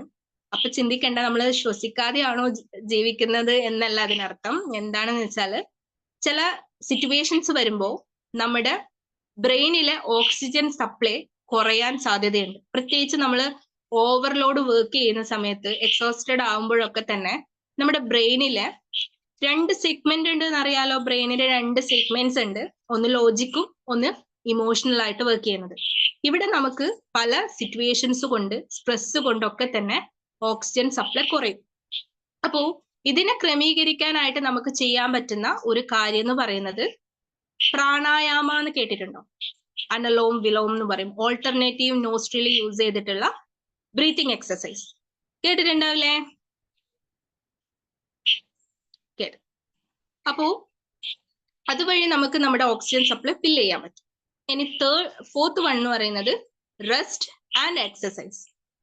പ്രോപ്പർ ആയിട്ട് 6 to 8 hours റെസ്റ്റ്, അതുപോലെ തന്നെ നമ്മുടെ ഫിസിക്കൽ കണ്ടീഷൻ അനുസരിച്ചിട്ടുള്ള ഒരു ഫിസിക്കൽ ആക്ടിവിറ്റി ഡെയിലി ബേസിസിൽ. ഈ രീതിയിൽ നമ്മൾ കൃത്യമായിട്ട് നമ്മുടെ ഇൻപുട്ടുകൾ കറക്റ്റ് ചെയ്യുമ്പോൾ അവിടെയാണ് നമ്മൾ നമ്മുടെ ഫസ്റ്റ് ഫേസ് കംപ്ലീറ്റ് ചെയ്യുന്നത്. മെഡിറ്റേഷന്റെ ആദ്യത്തെ പ്രിപ്പറേഷൻ എന്ന് പറയുന്നത് നമ്മളെ ഫിസിക്കലി പ്രിപ്പയർ ചെയ്യുക എന്നുള്ളതാണ്. ആദ്യം നമ്മളെ ബോഡിയോട് കമ്മ്യൂണിക്കേറ്റ് ചെയ്യുക, എന്താണ് നമുക്ക് ഫീൽ ചെയ്യുന്നത് കറന്റ്ലി, എന്തെങ്കിലും ബുദ്ധിമുട്ട് തോന്നുന്നുണ്ടോ, ഒരുപാട് മെഡിസിൻ എടുത്തിട്ടും നമുക്ക് ഒരു സൊല്യൂഷൻ കിട്ടാത്ത എന്തെങ്കിലും പ്രോബ്ലം നമ്മുടെ ഉള്ളിലുണ്ടോ, ഉണ്ടെങ്കിൽ ഫസ്റ്റ്ലി ഫിസിക്കലി നമ്മൾ അതിനു വേണ്ടി പ്രിപ്പയർ ചെയ്യും. ഓക്കെ, ഈ ഒരു ഭാഗം ക്ലിയർ ആണോ? ഫിസിക്കൽ പ്രിപ്പറേഷൻ ക്ലിയർ ആണോ? ഓക്കെ ഓക്കെ അല്ലേ? Okay ma'am. അപ്പൊ നമുക്ക് സെക്കൻഡ് ഫേസിലേക്ക് പോയാലോ? Okay ma'am. സെക്കൻഡ് ഫേസ് എന്ന് പറയുന്നത് വർക്ക് ഓൺ യുവർ മൈൻഡ്, അല്ലെങ്കിൽ ഇമോഷണൽ ലെവൽ എന്ന് നമുക്ക് വേണമെങ്കിൽ പറയാം. ഇവിടെ നമ്മൾ കൺസിഡർ ചെയ്യുന്നത് നമ്മുടെ 7 ചക്രാസ് അല്ലെങ്കിൽ 7 എനർജി പോയിന്റ്സ്. ചക്രാസിന്റെ നെയിമും കാര്യങ്ങളും ഒക്കെ ശ്രദ്ധിക്കുന്നതിനേക്കാളും ഇമോഷൻസ്, അതിന് പിന്നിലുള്ള ഇമോഷൻസിനെ മനസ്സിലാക്കാനായിട്ട് ശ്രമിക്കാം. ഓക്കെ, ഞാൻ പറയുന്ന ഓരോ ഇമോഷൻസും കടന്നു പോകുന്ന ഓരോ ചക്രാസിലും നിങ്ങൾക്ക് ഫെമിലിയർ ആയിട്ട് എന്തെങ്കിലും ഫീൽ ചെയ്യുന്നുണ്ടെങ്കിലോ, അല്ലെങ്കിൽ നിങ്ങളുടെ പ്രിയപ്പെട്ടവർക്ക് നിങ്ങളോട് ഷെയർ ചെയ്തിട്ടുള്ളതായിട്ടുള്ള എന്തെങ്കിലും പ്രശ്നം ഫീൽ ചെയ്യുകയാണെങ്കിൽ ജസ്റ്റ് നോട്ട് ചെയ്യുക. ഓക്കെ, ഫസ്റ്റ് ചക്ര എന്ന് പറയുന്നത് റൂട്ട് ചക്രയാണ്. അതിന്റെ ലൊക്കേഷൻ എന്ന് പറയുന്നത് നമ്മുടെ സ്പൈനിന്റെ ഏറ്റവും താഴെയായിട്ട്, ബേസ് ഓഫ് സ്പൈൻ ആണ്, പേര് റൂട്ട് ചക്ര. ഓക്കെ, ഇത് നമുക്ക് എൻഷുവർ ചെയ്യുന്നത് സേഫ്നെസ് ആണ്. നമ്മളൊരു സേഫ് ആയിട്ട് ഫീൽ ചെയ്യുക, ഗ്രൗണ്ടഡ് ആയിട്ട് നമുക്ക് തോന്നുക, അത് ഒരു സെക്യൂരിറ്റി ഫീൽ ചെയ്യുക. അതാണ് ബാലൻസ് ആയിട്ടുള്ള ആൾക്കാർക്ക് ഫീൽ ചെയ്യുന്ന കാര്യം. അങ്ങനെയെങ്കിൽ ഇംബാലൻസ് ആയവരെ എങ്ങനെ നമുക്ക് തിരിച്ചറിയാം? ചക്രാസില് റൂട്ട് ചക്ര ഇംബാലൻസ് ആയവരെ നമുക്ക് എങ്ങനെ തിരിച്ചറിയാം? അതില് ആദ്യത്തെ കാര്യം എന്ന് പറയുന്നത് they face fear, anxiety, insecurity, financial stress, അതുപോലെ ഫീലിംഗ് ഡിസ്കണക്റ്റഡ് ഓർ അൺസേഫ്. ഒന്നും കൂടി പറയാം, fear, anxiety, insecurity, financial stress, unsafeness. Okay, അതുപോലെ ഫിസിക്കലി അവർക്ക് ഇതൊക്കെ ഇമോഷണലി ഫീൽ ചെയ്യുന്നതാണ്. ഫിസിക്കലി അവർക്ക് ഫീൽ ചെയ്യുന്ന മറ്റൊരു കാര്യം എന്ന് പറഞ്ഞാൽ എത്ര തന്നെ ട്രീറ്റ്മെന്റ് എടുത്താലും അവർക്ക് പ്രോപ്പർ ആയിട്ടുള്ള കോൺസ്റ്റിപ്പേഷൻ ഇഷ്യൂസ് വരിക, പൈൽസ്, പിസ്റ്റുല, ഇതൊക്കെ പോലെയുള്ള ഇഷ്യൂസ് വരിക. എത്രയൊക്കെ നമ്മൾ ട്രീറ്റ്മെന്റ് എടുത്തു കഴിഞ്ഞാലും അത് മാറാത്തൊരു സിറ്റുവേഷൻ. ഇനീഷ്യലി ഇത്തരം ബുദ്ധിമുട്ട് വരുമ്പോൾ നമ്മൾ ട്രീറ്റ്മെന്റ് എടുക്കണം. എടുത്തിട്ടും നമുക്കൊരു റിസൾട്ട് കിട്ടുന്നില്ല എങ്കിൽ മനസ്സിലാക്കേണ്ടത് നമ്മുടെ ഇഷ്യൂ ഫിസിക്കലി അല്ല, ഇമോഷണലി എന്തോ ഒരു മിസ്റ്റേക്ക് വരുത്തിയിട്ടുണ്ട്. സോ ഇവരുടെ ക്യാരക്ടറിലുള്ള മെയിൻ ആയിട്ടുള്ള ചില പ്രത്യേകതകൾ പറഞ്ഞുതരാം. ഓക്കെ, ഈ റൂട്ട് ചക്ര ഇംബാലൻസ് ആവാനുള്ള മെയിൻ ആയിട്ടുള്ള റീസൺ അൺനെസസറി ആയിട്ട് മറ്റുള്ളവരുടെ ഇഷ്യൂസിനെ നമ്മൾ ഉള്ളിലേക്ക് എടുത്തു വെക്കാനായിട്ട് ശ്രമിക്കുക. അതായത് നമ്മളുടെ അടുത്ത് ഒരു വ്യക്തി ഒരു പ്രശ്നം പറയുന്ന സമയത്ത് അവർക്ക് നമുക്ക് ആശ്വാസം പറഞ്ഞു കൊടുക്കാം. പക്ഷെ ആ ഒരു പ്രോബ്ലത്തിനെ കംപ്ലീറ്റ് ആയിട്ട് നമ്മുടെ ഉള്ളിലേക്ക് നമ്മൾ എടുക്കുന്നത് ഒരു ഇഷ്യൂ ആണ്. ആദ്യത്തെ കാര്യം. രണ്ടാമത്തത് ഗോസിപ്പേഴ്സ് എന്ന് പറയുന്ന ഒരു ടേം നിങ്ങൾ കേട്ടിട്ടുണ്ടോ? ഗോസിപ്പേഴ്സ് എന്ന് പറഞ്ഞാല് മറ്റുള്ളവരെ പറ്റി ഗോസിപ്പ് പറയാ എന്ന് തന്നെയാണ് അർത്ഥം. അത്തരത്തിലുള്ള ആൾക്കാർ ഈ പറഞ്ഞ പേഴ്സണെ ഒരു ഗാർബേജ് ആയിട്ട് ട്രീറ്റ് ചെയ്യാം. ഗാർബേജിന്റെ പ്രത്യേകത എന്താ? നമ്മൾ ഡംപ് ചെയ്യുന്നതാണ് അല്ലെ. അപ്പോ ഗോസിപ്പ് കളക്ട് ചെയ്തിട്ട് ഈ പറയുന്ന വ്യക്തിയിൽ അത് ഡംപ് ചെയ്ത് കൊടുക്കുക. ഈ വ്യക്തി എന്ത് ചെയ്യില്ല, ഫിയർ കൊണ്ടോ അല്ലെങ്കിൽ ഓപ്പൺ ആയിട്ട് പറയാൻ പറ്റാത്തത് കൊണ്ട് കിട്ടുന്നതൊക്കെ സേവ് ചെയ്ത് വെക്കും, എല്ലാം റിസീവ് ചെയ്ത് വെക്കും. അതുകൊണ്ട് തന്നെ അവർക്ക് അവരുടെ പ്രശ്നങ്ങളെക്കാളും പുറമെ മറ്റുള്ളവരുടെ പ്രശ്നങ്ങൾ ഇങ്ങനെ അവരുടെ മനസ്സിൽ ഇങ്ങനെ നിറഞ്ഞിങ്ങനെ ഓടിക്കൊണ്ടേയിരിക്കുകയായിരിക്കും. അതുകൊണ്ട് തന്നെ അവർക്കൊരു സേഫ്നെസ് ഒരിക്കലും ഫീൽ ചെയ്യില്ല, ഫിയർ ആയിരിക്കും, അങ്ങനെ ഒരു കംപ്ലീറ്റ്ലി ഡിസ്കംഫർട്ടബിൾ. ഓക്കെ, ഇപ്പൊ റൂട്ട് ചക്ര ഇംബാലൻസ് ആവുന്നതിന്റെ കാര്യങ്ങളെ പറ്റി ഏകദേശം കിട്ടിയെന്ന് വിചാരിക്കുകയാണ്. ഓക്കെ, സെക്കൻഡ് വൺ എന്ന് പറയുന്നത് സേക്രൽ ചക്ര അഥവാ സ്വാധിഷ്ഠാന ചക്ര എന്ന് പറയും. നമ്മുടെ റീപ്രൊഡക്റ്റീവ് ഓർഗനുമായിട്ട് ബന്ധപ്പെട്ടിട്ടുള്ള ചക്രയാണ്. നെയിം ഒന്നുകൂടി പറയാം. സെക്കൻഡ് വൺ സേക്രൽ ചക്ര. സേക്രൽ സ്വാധിഷ്ഠാന ചക്ര. ഓക്കെ, നമ്മുടെ നേവൽ പൊസിഷനിൽ വരുന്ന ഒരു ചക്രയാണ്. മെയിൻ ആയിട്ട് റീപ്രൊഡക്റ്റീവ് ഓർഗനുമായിട്ട് ബന്ധപ്പെട്ടിട്ടാണ് അത് വർക്ക് ചെയ്യുന്നത്. ഓക്കെ, അത് ബാലൻസ് ആയിരിക്കുന്നവരിലുള്ള പ്രത്യേകത അവരുടെ ഐഡന്റിറ്റി അവർ ആക്സെപ്റ്റ് ചെയ്യുന്നവരായിരിക്കും, സെൽഫ് വേർത്തി പീപ്പിൾസ് ആയിരിക്കും, കൂടാതെ നല്ല ക്രിയേറ്റീവ് ആയിട്ടുള്ള പീപ്പിൾസ് ആയിരിക്കും. അവരുടെ ഐഡന്റിറ്റിയിൽ അവര് സാറ്റിസ്ഫൈഡ് ആയിരിക്കും, ക്രിയേറ്റീവ് ആയിരിക്കും, ലൈഫിന്റെ പ്ലഷേഴ്സിനെ കൃത്യമായിട്ടുള്ള രീതിയിൽ ഫീൽ ചെയ്യാൻ പറ്റുന്നവരായിരിക്കും, ഈ പറയുന്ന രീതിയിൽ ബാലൻസ് ആയവർ. അങ്ങനെയെങ്കിൽ ഇംബാലൻസ് ആയിട്ടുള്ള സേക്രൽ ചക്രയില് ഇംബാലൻസ് ആയ ആളുകളെ എങ്ങനെ തിരിച്ചറിയും? First one, they feel guilty, shame, lack of creativity, excessive addiction, especially in the case of sexuality. Okay, then relationship issues, reproductive organ related ആയിട്ടുള്ള issues, both male and female. ഇവരുടെ ഒരു character wise നമ്മൾ നോക്കുകയാണെന്നുണ്ടെങ്കിൽ low self worth ആയിരിക്കും. അവരുടെ ഐഡന്റിറ്റിനെ അവർക്ക് accept ചെയ്യാൻ പറ്റില്ല. തങ്ങളുടെ ജീവിതത്തില് പാസ്റ്റിൽ നടന്നിട്ടുള്ള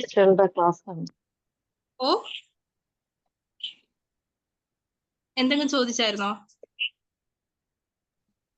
ഹലോ, ഓക്കെ. അവരുടെ ക്യാരക്ടർ വൈസ് നോക്കുന്ന സമയത്ത് ലോ സെൽഫ് വർത്ത് ആയിരിക്കും അവർക്ക് ഉണ്ടാവുക. എന്ന് മാത്രമല്ല, unable to accept their self.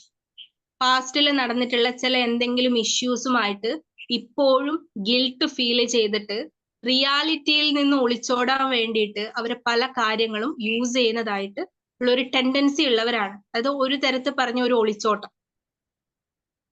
അത്തരത്തിലുള്ള ഇഷ്യൂസ് ഉള്ളവരാണ് സേക്രൽ ചക്ര ഇംബാലൻസ് എന്ന് നമ്മൾ യൂഷ്വലി പറയുന്നത്.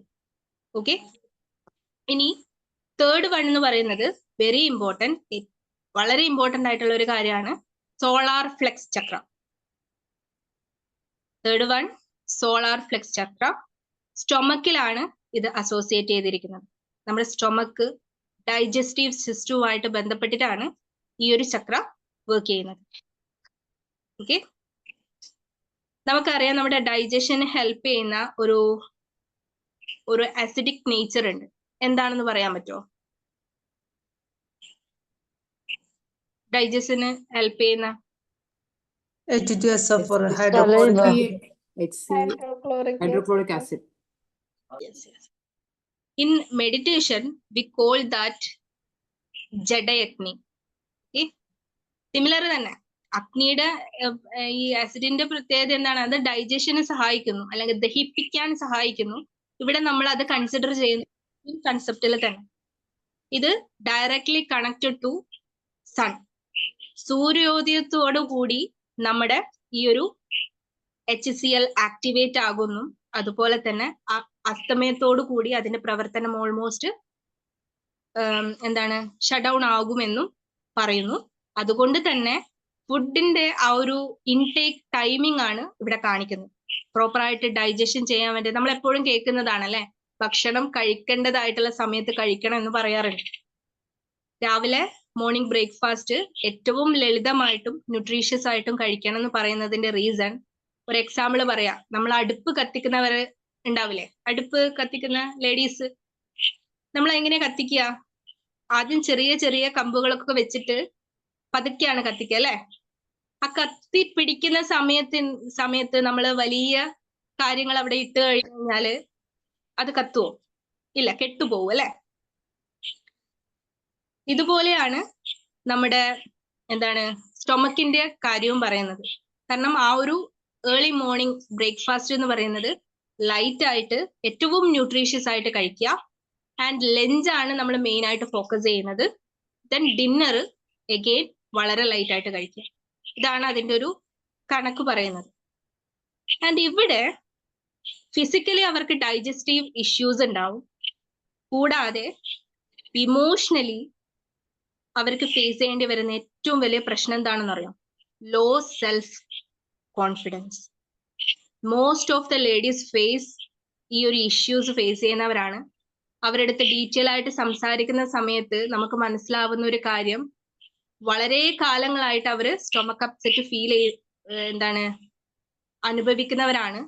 ആൻഡ് അവരുടെ അടുത്ത് കുറച്ചും കൂടി ഡീറ്റെയിൽ ആയിട്ട് സംസാരിക്കുമ്പോൾ നമുക്ക് മനസ്സിലാക്കാൻ പറ്റും, ദേ സപ്രസ് മെനി ഇമോഷൻസ്.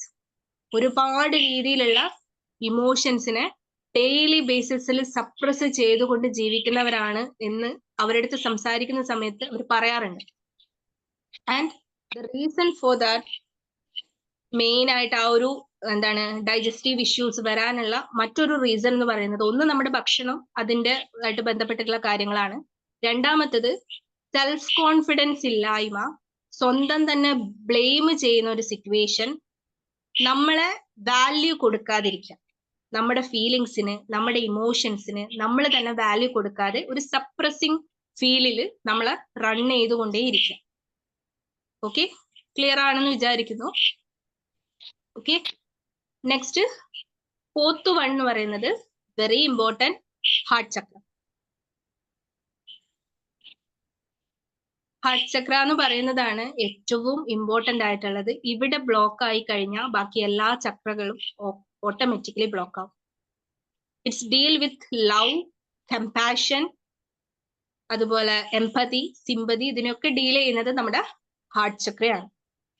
ഇത് ബാലൻസ് ആയിട്ടുള്ള ആൾക്കാരുടെ ആ ഒരു സിറ്റുവേഷൻ പ്രത്യേകിച്ച് പറഞ്ഞു തരണമെന്ന് തോന്നുന്നില്ല.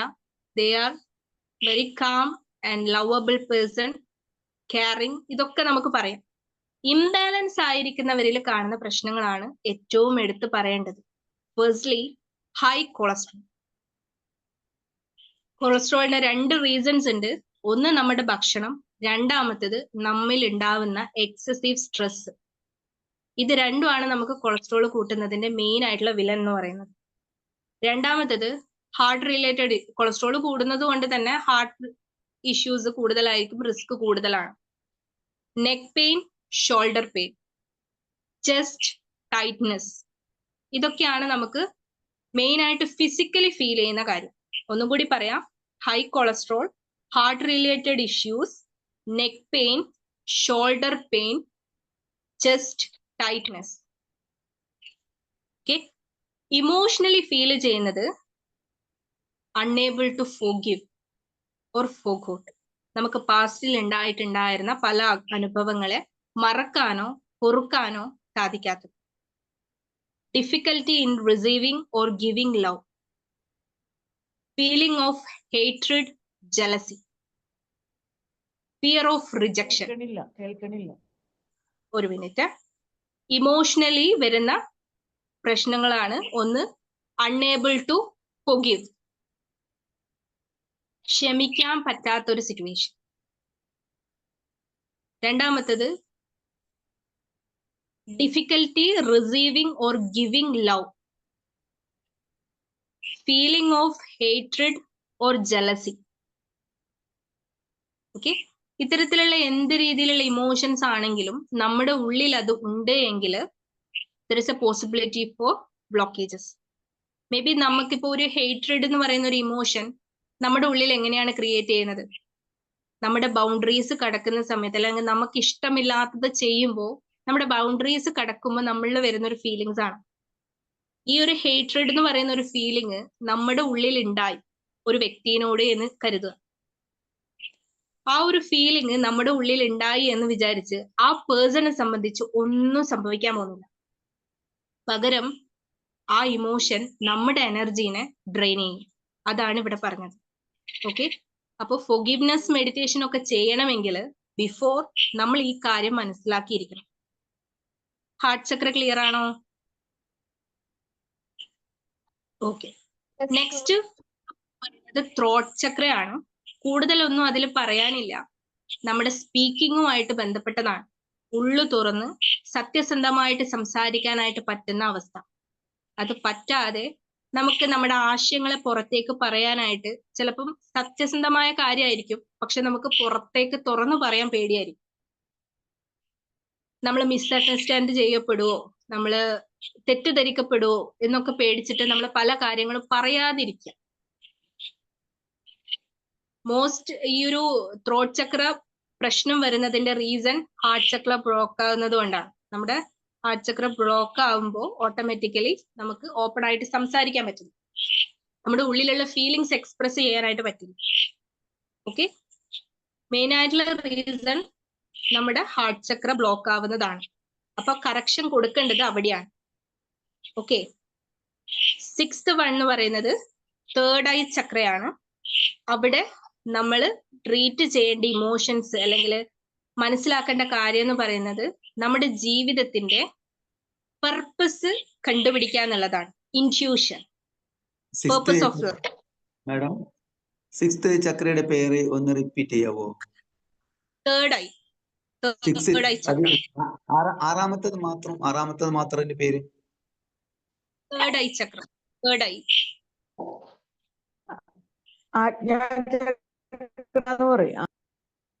ഓ എന്താണ്? യെസ് യെസ്, നമ്മുടെ ഉബ്രോസിന്റെ മിഡിലായിട്ടാണ് അതിന്റെ പൊസിഷൻ വരുന്നത്.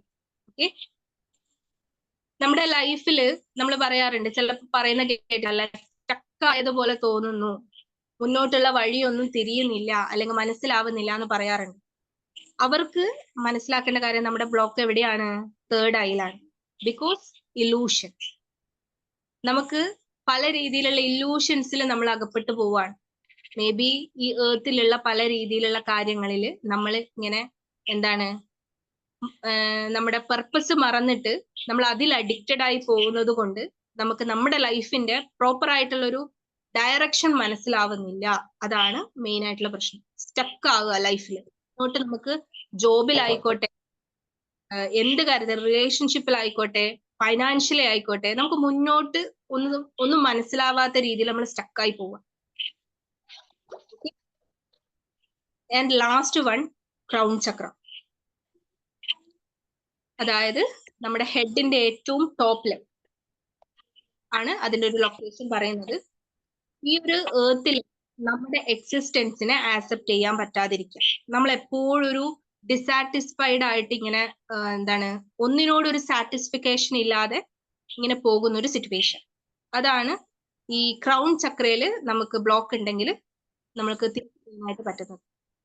ഓക്കെ, അതായത് നമ്മുടെ ഉള്ള ലൈഫിൽ നമ്മൾ ഒട്ടും ഗ്രാറ്റിറ്റ്യൂഡ് കാണിക്കാതെ ഒരു അൺസാറ്റിസ്ഫൈഡ് ആയിട്ടുള്ള രീതിയിൽ നമ്മൾ മൂവ് ചെയ്യുക. ഓക്കെ, ക്ലിയർ അല്ലേ? അപ്പോ ഈ ഒരു സെക്കൻഡ് ഫേസിൽ നമ്മൾ ചെയ്യുന്നത് ഓരോ പേഴ്സണും അവരുടെ ലൈഫിൽ കടന്നു വന്നിട്ടുള്ള അവസ്ഥകളും എക്സ്പീരിയൻസും വേദനകളും എല്ലാം ഡിഫറെന്റ് ആയിരിക്കും. എനിവേ, അവർക്ക് കറക്ഷൻസ് വരുത്തേണ്ടത്, എവിടെയാണ് അവർക്ക് പ്രോബ്ലംസ് ഉള്ളത് എന്ന് ഐഡന്റിഫൈ ചെയ്യാനും ആ ഐഡന്റിഫൈ ചെയ്ത പ്രോബ്ലംസിനെ ഒന്ന് അണ്ടർസ്റ്റാൻഡ് ചെയ്യാനും അതുപോലെ തന്നെ എന്താണ് അവരുടെ മിസ്റ്റേക്സ് ആക്സെപ്റ്റ് ചെയ്യാനും അതിനുശേഷം കറക്ഷൻസ് വരുത്താനുമാണ് ഈ സെക്കൻഡ് ഫേസ്. ക്ലിയർ ആയിട്ടുണ്ടാവുമെന്ന് വിചാരിക്കുന്നു. ഓരോ ചക്രയും ബേസ് ചെയ്തിട്ടുള്ള ഇമോഷൻസ് ഒന്ന് നമ്മൾ മനസ്സിലാക്കി നമ്മുടെ ഇഷ്യൂസ് എവിടെയാണെന്ന് റിയലൈസ് ചെയ്യുക, അണ്ടർസ്റ്റാൻഡ് ചെയ്യുക. ആൻഡ് നമ്മൾ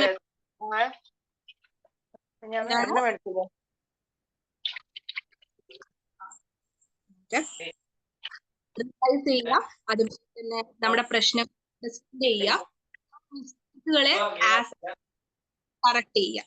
ഓക്കെ, ഇതാണ് നമ്മൾ സെക്കൻഡ് ഫേസിൽ ചെയ്യുന്നത്.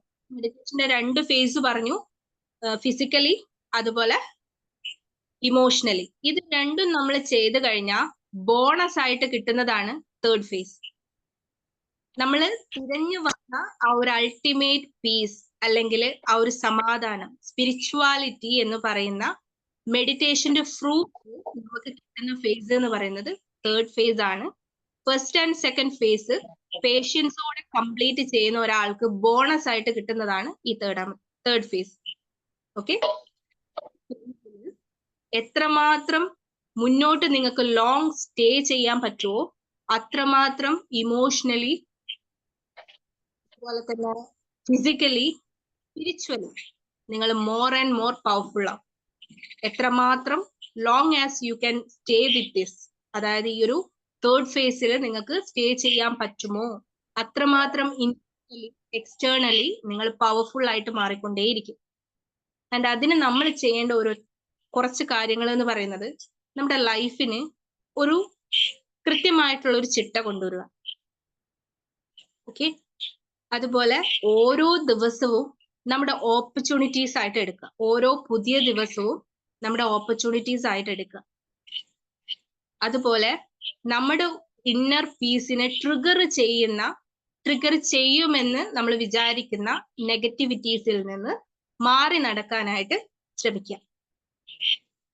ആൻഡ് ഈ നമ്മളിപ്പോ കടന്നു വന്ന ഓരോ ചക്രാസിനെയും ബാലൻസ് ചെയ്യാനുള്ള പ്രത്യേകം മെഡിറ്റേഷൻസ് ഉണ്ട്. ഇമോഷൻസിനെ ട്രീറ്റ് ചെയ്യാനുള്ള പല ടെക്നിക്കുകൾ ഉണ്ട്. അതൊക്കെ തന്നെ നമ്മൾ യൂസ് ചെയ്ത് നമ്മുടെ ലൈഫിന്റെ ആ ഒരു അൾട്ടിമേറ്റ് പേർപ്പസ് കണ്ടുപിടിക്കും. ഒറ്റ കാര്യം ചെയ്യേണ്ടുള്ളൂ, പേഷ്യൻസോട് കൂടിയിട്ട് ഓരോ ഫേസും കംപ്ലീറ്റ് ചെയ്യും. ഫിസിക്കൽ ഫേസ് കംപ്ലീറ്റ് ചെയ്യുക, ദെൻ ഇമോഷണലി നിങ്ങൾക്കുള്ള പ്രോബ്ലംസിനെ കറക്റ്റ് ചെയ്യുക. ആഫ്റ്റർ യുവർ തേർഡ് ഫേസിലേക്ക് എത്തുക, then stay on that. Okay, അപ്പോൾ നമ്മുടെ ഒരു ബാറ്റിൽ അല്ലെങ്കിൽ നമ്മൾ ഫൈറ്റ് ചെയ്യുന്നത് എപ്പോഴും ആരടുത്തായിരിക്കണം? നമ്മുടെ ഫൈറ്റിംഗ് ആരടുത്താണ്? നമ്മളോട് തന്നെ. നമ്മളോട് തന്നെ. പറഞ്ഞോളൂ. സെൽഫിനോട് തന്നെ ഫൈറ്റിംഗ് വേഴ്സസ് മീ, അതായിരിക്കണം നമ്മുടെ ആ ഒരു മോട്ടോ എന്ന് പറയുന്നത് അല്ലെ. ഓക്കെ, അപ്പൊ ഇത്രയും സമയം കേട്ടിരുന്ന നിങ്ങളോട് എല്ലാവരോടും എൻ്റെ ഹൃദയത്തിന്റെ ഭാഷയിൽ നന്ദി പറയാണ്. ആൻഡ് ഈ ഒരു ഓപ്പർച്യൂണിറ്റി തന്ന വിംബിൾ അക്കാദമിയോടും ഫാക്കൽറ്റീസിനോടും അതുപോലെ ഇൻട്രോ പറഞ്ഞ റിയ മാമിനോടും ആൻഡ് ഇതിനു വേണ്ടി പ്രിപ്പയർ ചെയ്ത ഞങ്ങളുടെ മാസ്റ്റർ ഫൈസൽ സാറിനോടുമുള്ള ഹൃദയം നിറഞ്ഞ നന്ദി പറയാണ്. Thank you all. Thank you so much. Thank you madam. Thank you ma'am. Thank you session ma'am. ആയിരുന്നു. കിട്ടുമല്ലോ അല്ലേ? ഫീഡ്ബാക്ക് പറയാനുണ്ടെങ്കിൽ പറയാം, എന്തെങ്കിലും ഡൗട്ട്സ് ഉണ്ടെങ്കിൽ ചോദിക്കാം. ഇതിന്റെ റെക്കോർഡിംഗ് കിട്ടുമോ? കിട്ടും. റെക്കോർഡ് ഗ്രൂപ്പിൽ അയക്കും, സെൻഡ് ചെയ്യും. ഓക്കെ. നല്ലൊരു ക്ലാസ് ആയിരുന്നു, നല്ല ഇൻഫോർമേറ്റീവ് ആയിരുന്നു. നല്ല ക്ലാസ് ആയിരുന്നു. മാത്രമല്ല അത് അവതരിപ്പിച്ചതും വളരെ ഉഷാറായി, വളരെ ആക്റ്റീവായിട്ട് എനർജറ്റിക് ആയിട്ട് പറഞ്ഞു തന്നു. നമ്മിലേക്ക് ഒരു പോസിറ്റീവ് എനർജി കിട്ടുന്ന രീതിയിലായിരുന്നു അവതരണം. Okay, thank you so much. അതെ, നല്ല ക്ലാസ് ആയിരുന്നു. നല്ല ക്ലാസ് എന്ന് പറയുമ്പം ഞാന് ചിന്തിച്ചത്, ഒന്നാമത് നമ്മുടെ നിസാബ് സാർ, അതേപോലെ നമ്മുടെ പിന്നെ വർഷ മാം, പിന്നെ നമ്മുടെ സജിന മെമ്പരൊക്കെ എടുക്കുന്നത് അത് അതേ രൂപത്തിൽ തന്നെ നല്ല ആക്റ്റീവായിട്ട് ചെയ്തു. കാരണം നമ്മൾ ഇരുന്ന് പോവുകയാണ് അറിയാതെ തന്നെ. എന്തായാലും നമുക്ക് വൈൻഡപ്പ് ചെയ്യാൻ തോന്നുന്നില്ല. ആ രൂപത്തിലുള്ള നല്ല ക്ലാസ് ആയിരുന്നു. അടിപൊളി. താങ്ക് യു മാം.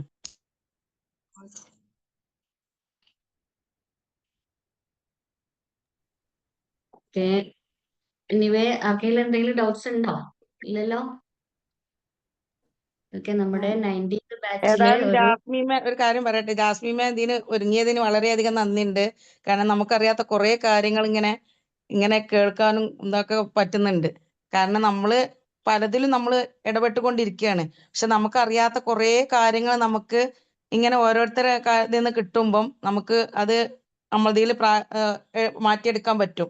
നമ്മളതിൽ തന്നെ നമുക്ക് കുറെ മാറ്റിയെടുക്കാൻ പറ്റുന്നുണ്ട് ഇങ്ങനെ ഓരോന്ന് കിട്ടുമ്പോൾ. പക്ഷെ നമുക്കൊരു ടൈം ഇല്ല എന്നുള്ളൊരു പ്രശ്നമേ ഉള്ളൂ. എന്തായാലും ടൈം നമ്മൾ ഉണ്ടാക്കിയെടുക്കുക. Thank you ma'am. Thank you Raziya ma'am. അപ്പോ നമ്മുടെ 19th ബാച്ചിന്റെ ഒരു സ്റ്റുഡന്റ് ആണ് സ്റ്റെഫി മാം. ചില ക്ലാസ്സുകളൊക്കെ നമ്മൾ ഇങ്ങനെ കണ്ടക്ട് ചെയ്യുന്നുണ്ടെങ്കിലും നമ്മളിവിടെ മൾട്ടി ടാസ്കിങ് ആയിരിക്കും. വേറെ ഒരുപാട് സ്റ്റുഡൻസിന് മറുപടി കൊടുക്കുക, അങ്ങനെയൊക്കെ കുറേ സംഭവങ്ങളായിട്ടായിരിക്കും നമ്മളിവിടെ ഇരിക്കുന്നത്. പക്ഷെ ഞാൻ തന്നെ ഫസ്റ്റ് മുതൽ ലാസ്റ്റ് വരെ ഞാൻ കേട്ടിരുന്നു എന്നുള്ളതാണ്. പലപ്പോഴും കേട്ടിരിക്കാൻ കഴിയാറില്ല. അതാണ് നമ്മുടെ ഒരു മെയിൻ പ്രശ്നം. ഇവിടെ ഞാൻ മാമിന്റെ ആ ഒരു റിയൽ ലൈഫ് ഒരു ലൈഫ് സ്റ്റോറി പറഞ്ഞല്ലോ.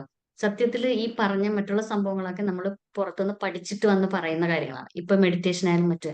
പക്ഷെ ആദ്യം പറഞ്ഞ സംഭവം എന്ന് പറഞ്ഞാൽ അത് പുള്ളിക്കാരി അനുഭവിച്ച എക്സ്പീരിയൻസ് ആണ് നമുക്കിവിടെ ഷെയർ ചെയ്തത്. അതുപോലെ ആ എക്സ്പീരിയൻസ് തന്നെയാണ് എനിക്ക് ഏറ്റവും കൂടുതൽ ടച്ചിങ് ആയിട്ട് തോന്നിയത്.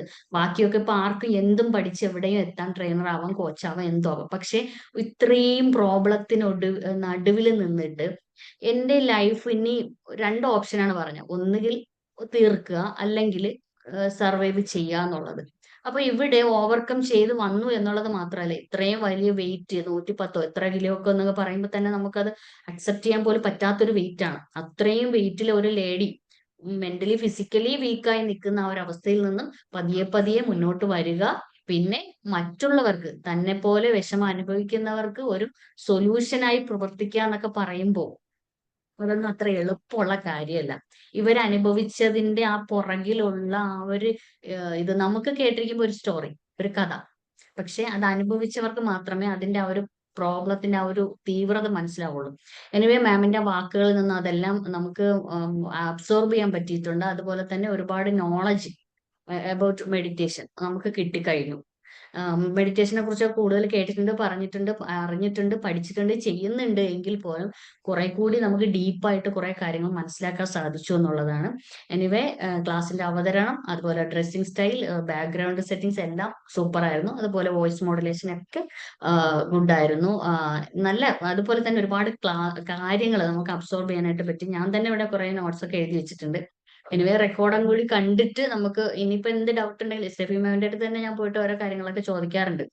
അപ്പോ നമ്മളുടെ സ്റ്റുഡൻസിൽ നിന്ന് നമുക്ക് പലതും നമ്മൾ പുതിയ പുതിയ കാര്യങ്ങൾ പഠിക്കുന്നു. ഇവിടെ ഈ വെമ്പിളിൽ വന്നതിന് ശേഷം ഒരുപാട് കാര്യങ്ങൾ മറ്റുള്ളവരിൽ നിന്ന് പഠിക്കാൻ പറ്റി. ഇപ്പൊ സ്റ്റെഫി മാം തന്നെ ഒരുപാട് കാര്യങ്ങൾ എനിക്ക് പറഞ്ഞു തന്നിട്ടുണ്ട്. ഇനിയും നമുക്കൊരു ഡൗട്ട് വരുന്ന സമയത്ത് ഈ ഒരു മേഖലയായിട്ട് ബന്ധപ്പെട്ട് ഇവരോട് പോവാം. അതുപോലെ വേറെ ഒരു ടോപ്പിക്കായിട്ട് വന്നവർക്ക് അതിൽ കോച്ചായിട്ടുള്ളവർക്ക് നമുക്ക് എന്തെങ്കിലും ഡൗട്ട് ഉണ്ടെങ്കിൽ ഓടിപ്പോയി അവരുടെ അടുത്ത് ചോദിക്കാം. അപ്പൊ ഇതാണ് നമ്മുടെ ഈ വിമ്പിളിൽ ഈ ഒരു ഇതിൽ വന്ന നമുക്ക് ഒരുപാട് ട്രെയിനേഴ്സ് വെവ്വേറെ നിഷ് മാർക്കറ്റുമായിട്ട് വന്നവരാണ്. അപ്പൊ ഇതെല്ലാം കൂടി ഒരു കുടക്കീഴിലാണ് ഉള്ളത് എന്നുള്ളതാണ്. അപ്പൊ നമുക്ക് ഇവിടെ എന്ത് ഡൗട്ട്സ് നമുക്ക് ക്ലിയർ ചെയ്യാൻ പറ്റും, എന്ത് സംശയം ഉണ്ടെങ്കിലും ഒരു പോസിറ്റീവ് വൈബാണ്. ഒരാൾക്ക് ഇപ്പൊ സ്റ്റെഫി മാമിനോട് ചോദിക്കുന്ന ഒരു ക്വസ്റ്റ്യന് സ്റ്റെഫി മാമിന് ചിലപ്പോൾ കണ്ടില്ല, ഉത്തരം പറഞ്ഞില്ലെങ്കിൽ അടുത്ത ട്രെയിനർ അവിടെ അവൈലബിൾ ആണ്, അവര് അതിന് മറുപടി പറയാണ്. അപ്പോൾ അത്രയും നല്ലൊരു വിമ്പിളിന് അത്രയും നല്ലൊരു സർക്കിൾ ഉണ്ടാക്കിയെടുക്കാൻ കഴിഞ്ഞത് നമ്മുടെ വിമ്പിൾ അക്കാഡമിയുടെയും അതുപോലെ തന്നെ ഫൈസൽ സാറിന്റെയും നമ്മൾ ഓരോരുത്തരുടെയും വിജയമാണത്. Anyway thank you ma'am. ഇനിയും ഇതുപോലുള്ള ക്ലാസ്സുകളായിട്ട് വരിക. അതുപോലെ ഇവിടെ സ്റ്റിക്ക് ഓൺ ചെയ്ത് ഏകദേശം അറൌണ്ട് 57 മെമ്പേഴ്സ് ഇവിടെ ഉണ്ടായിരുന്നു. ക്ലാസ് കഴിഞ്ഞപ്പോഴാണ് പലരും പോയത്. ഏകദേശം 40 എബോ ഇവിടെ ഉണ്ടായിരുന്നു, സ്റ്റിക്ക് ഓൺ ചെയ്തിരുന്നു. എനിവേ ഇവിടെ ജോയിൻ ചെയ്ത എല്ലാവർക്കും, ഇതുവരെ കേട്ടിരുന്നവർക്കും, അതുപോലെ ഡൗട്ടുകൾ ചോദിച്ചവർക്ക്, അതുപോലെ ഫീഡ്ബാക്ക് പറഞ്ഞവർക്കും, നമുക്ക് ക്ലാസ് എടുത്ത സ്റ്റെഫി മാമിനും ഒക്കെ നന്ദി അറിയിക്കുന്നു. ഫൗസിയ റൈസ്ഡ് ഹാൻഡ്, എന്തെങ്കിലും ചോദിക്കാണ്ടോ? മാം, ഇപ്പോ ഇതിന്റെ മെഡിറ്റേഷനെ കുറിച്ച് ഒരു ബേസിക് അവയർനെസ് തന്നല്ലോ. ഇനി ഇതിന്റെ പ്രാക്ടിക്കലായിട്ട് കിട്ടാൻ വഴിയുണ്ടോ? അതായത് ഇപ്പൊ മാം പറഞ്ഞ രീതിയിൽ നമുക്ക് മാമിനെ കോണ്ടാക്ട് ചെയ്യാനുള്ള നമ്പറൊക്കെ അതിനകത്ത് തന്നെ ഉണ്ടാവും. ഞാൻ ഗ്രൂപ്പുകളിലൊക്കെ ഷെയർ ചെയ്യാം. അപ്പോൾ ഇതിന്റെ നിങ്ങൾക്ക് മെഡിറ്റേഷൻ ചെയ്യണം, കുറെ കൂടി പ്രൊഫഷണൽ ആയിട്ടുള്ള ഒരാളുടെ അടുത്ത് നിന്ന് ചെയ്യണമെങ്കിൽ നമുക്ക് മാമിനെ നിങ്ങൾക്ക് കോണ്ടാക്ട് ചെയ്യാം. നമ്പറൊക്കെ നമ്മൾ ഗ്രൂപ്പിലേക്ക് ഷെയർ ചെയ്യും. ഇനി എന്തെങ്കിലും ഡൗട്ട് ഉണ്ടെങ്കിൽ നമുക്ക് എന്ത് ചെയ്യാം, നിങ്ങൾ ആരിലൂടെയാണോ ഇതിലേക്ക് വന്നത് അവരോട് ചോദിക്കാം. ഓക്കെ, നമുക്ക് ടൈം ഒരുപാട് ഓവർ ആയിട്ടുണ്ട്. എന്തായാലും 1 hour ഒരു മടുപ്പും കൂടാതെ നമുക്ക് കേട്ടിരിക്കാൻ പറ്റിയ ഒരുപാട് ഇൻഫോർമേറ്റീവ് ആയിട്ടുള്ള ഐഡിയാസ് നമുക്ക് മാം ഷെയർ ചെയ്ത് തന്നു. എനിവേ വീണ്ടും ഞാൻ ഒരിക്കൽ കൂടി എല്ലാവരോടും നന്ദി പറയാണ്. അപ്പോൾ ഇതിന്റെ കോഴ്സുമായിട്ട് ഡീറ്റെയിൽസ് ഒക്കെ ചോദിക്കണമെങ്കിൽ മാമിന്റെ നമ്പർ ഗ്രൂപ്പിൽ ഷെയർ ചെയ്തേക്കാം. ഓക്കെ, അപ്പൊ നമുക്ക് വൈൻഡ് അപ്പ് ചെയ്യാം. ഒരിക്കൽ കൂടി ഞാൻ നന്ദി പറഞ്ഞുകൊണ്ട് നിർത്താണ്. Thank you very much.